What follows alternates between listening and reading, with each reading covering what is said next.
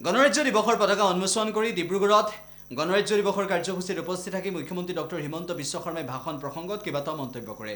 মুখ্যমন্ত্ৰীগৰাকীয়ে ভাষণ প্ৰসংগত গণৰাজ্য দিৱসৰ এই কাৰ্যসূচীৰ মাজতেই অসমবাসীলৈ কেইবাটাও ভাল খবৰ দিলে, ডিব্ৰুগড়বাসীলৈ কেইবাটাও ভাল খবৰ দিলে আৰু একেটা সময়তে অসমৰ জাতীয় জীৱনৰ স্বাৰ্থত মুখ্যমন্ত্ৰীগৰাকীয়ে কি সিদ্ধান্ত আগন্তুক সময়ত ল'বলৈ গৈ আছে আৰু কেনেদৰে বৰ্তমান সময়ত হিন্দুসকল সংখ্যালঘুত পৰিণত হোৱাৰ উপক্ৰম হৈছে সেই সন্দৰ্ভতো মুখ্যমন্ত্ৰী ডক্টৰ হিমন্ত বিশ্ব শৰ্মাই ভাষণ প্ৰদান কৰে।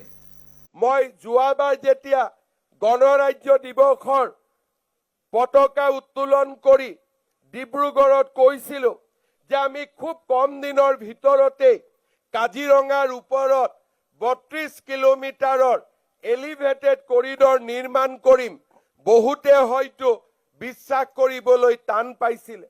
আজি আমি সকলোৱে দেখা পাইছো যে প্ৰধানমন্ত্ৰী নৰেন্দ্ৰ মোদী ডাঙৰীয়াই কলিয়াবৰলৈ আহি কাজিৰঙাৰ ওপৰত ৩৬ কিলোমিটাৰৰ এলিভেটেড কৰিডৰৰ আধাৰশিলা স্থাপন কৰিলে। ২ বছৰৰ ভিতৰত এই এলিভেটেড কৰিডৰৰ নিৰ্মাণ সম্পূৰ্ণ হ'ব। এই এলিভেটেড কৰিডৰ নিৰ্মাণৰ ফলত ডিব্ৰুগড় আৰু গুৱাহাটীৰ মাজত দূৰত্ব 1 ঘণ্টা সময় কমি যাব। অৰ্থাৎ ডিব্ৰুগড়ৰ পৰা গুৱাহাটীলৈ আমি যেতিয়া ভ্ৰমণ কৰিম, এলিভেটেড কৰিডৰৰ ওপৰেদি গ'লে যাত্ৰাৰ সময় 1 ঘণ্টা কমি যাব আৰু গুৱাহাটী আমাৰ নিচেই ওচৰত আহিব। মোৰ দুটা আৰু সপোন আছে যাক নেকি আমি ৰূপায়ণ কৰাৰ বাবে প্ৰচেষ্টা কৰিম। সেয়া হৈছে গুৱাহাটী আৰু ডিব্ৰুগড়ৰ মাজত এক্সপ্ৰেছ কৰিডৰ আৰু শিলিগুৰি আৰু গুৱাহাটীৰ মাজত এক্সপ্ৰেছ কৰিডৰ। এই দুইটা এক্সপ্ৰেছ কৰিডৰ যদি আমি নিৰ্মাণ কৰিব পাৰোঁ, গুৱাহাটী আৰু ডিব্ৰুগড়ৰ দূৰত্ব 4 ঘণ্টালৈকে কমি যাব। তেনে এক সপোন আগত লৈ আমি আমাৰ কাম আৰম্ভ কৰিছোঁ। 2021 চনত আমি সিদ্ধান্ত লৈছিলোঁ যে অসমৰ ভূমি আমি বেদখল হ'বলৈ নিদিওঁ।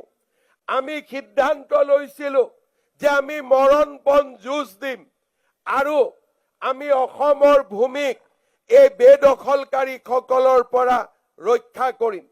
আজি মই অত্যন্ত আনন্দিত যে 2021 চনৰ পৰা আমাৰ চৰকাৰে যোৱা সময়ছোৱাত চিপাঝাৰৰ গৰুখুটি, বুঢ়া চাপৰি বন্যপ্ৰাণী অভয়াৰণ্য, লামডিং সংৰক্ষিত বনাঞ্চল, পবা সংৰক্ষিত বনাঞ্চল, হাছিলা বিল, পাইকান সংৰক্ষিত বনাঞ্চল, ৰেংমা দয়াং আৰু দক্ষিণ নাম্বৰ সংৰক্ষিত বনাঞ্চলকে আদি ধৰি বিভিন্ন বেদখলকৃত ভূমিত উচ্ছেদ চলাই আমি বৰ্তমানলৈকে 1.5 লাখতকৈও অধিক বিঘা ভূমি বেদখলৰ পৰা আমি মুক্ত কৰিবলৈ সক্ষম হৈছোঁ।